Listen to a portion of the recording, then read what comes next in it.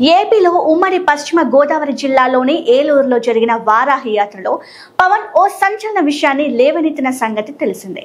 ఇందులో భాగంగా ఏపీలో సుమారు 30,000 మంది అమ్మాయిలు, మహిళలు అదృశ్యం అయ్యారని, ఈ మేరకు తనకు కేంద్రం నిఘా వర్గాల సమాచారం ఉందని, ఈ విషయంలో వీరిని మిస్ చేసే వారికి వాలంటీర్లు సహకరించారని సంచలన ఆరోపణలు చేశారు.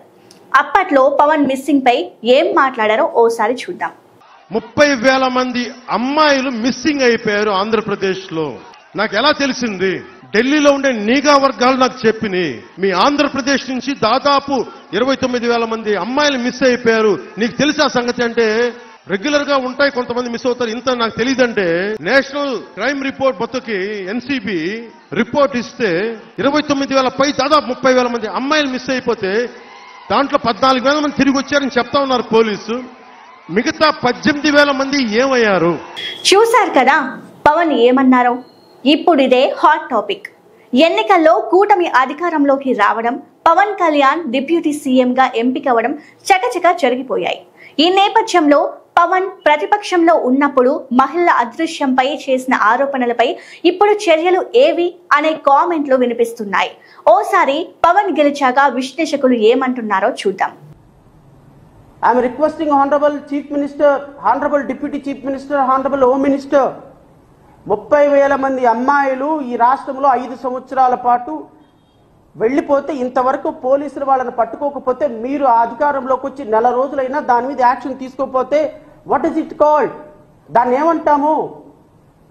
అంటే కేవలం మీరు ఆరోపణలు చేశారా? యాక్సెప్ట్, నేను ఆరోపణ మాత్రమే చేశాను, అలాంటి పిల్లలు ఎవరు తప్పిపోలేదని చెప్తారా? మీరు చెప్పండి. చెప్పి మీరు క్షమాపణ చెప్పండి. మీరు డిప్యూటీ చీఫ్ మినిస్టర్ గా రిజైన్ చేసేయండి. రైట్.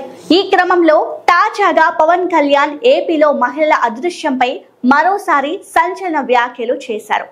ఏకంగా 30,000 మంది అమ్మాయిలు ఆచూకీ లేదని ఆ మాటే మళ్ళీ లేవనెత్తారు. గతంలో తాను లేవనెత్తిన ఈ విషయాన్ని ఆ ప్రభుత్వం సీరియస్ గా తీసుకోలేదని, అయితే తమ ప్రభుత్వం మాత్రం ఇప్పటికే ఈ విషయంలో వర్క్ స్టార్ట్ చేసిందని తెలిపారు.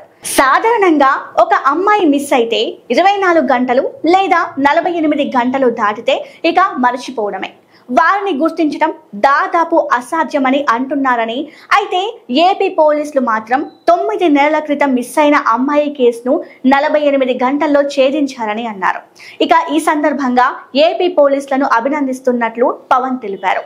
ఇటీవల ఓ మహిళ తన కూతురు కిడ్నాప్ అయ్యిందని, తనకు ఫిర్యాదు చేసిందని, దీనిపై విచారణ చేయాలని పోలీసులకు ఆదేశాలు జారీ చేశామని చెప్పారు.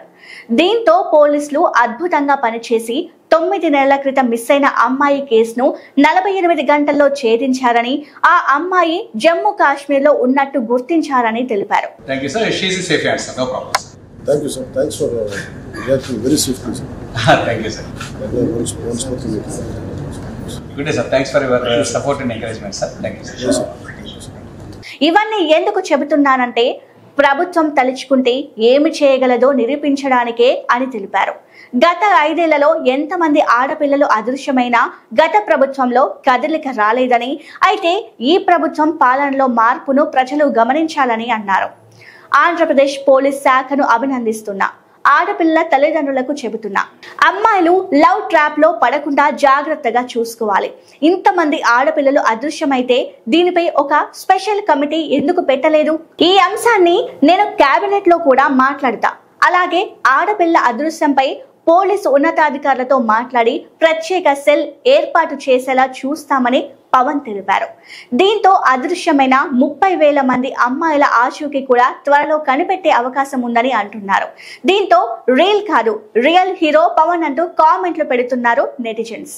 ఏది ఏమైనా ఇచ్చిన మాట ప్రకారం పవన్ ఆ 30,000 మంది అమ్మాయిలను వెతికి వాళ్ళ కుటుంబ సభ్యులకు అప్పగిస్తే చాలా మంచిది. ఇటువంటి నిర్ణయాల వల్ల ఎన్నో కుటుంబాల్లో వెలుగు నింపినట్టు అవుతుంది. త్వరగా దానిపై పవన్ ఫుల్ వర్క్ చేయాలని కోరుకుంటున్నాము అంటున్నారు రాజకీయ విశ్లేషకులు.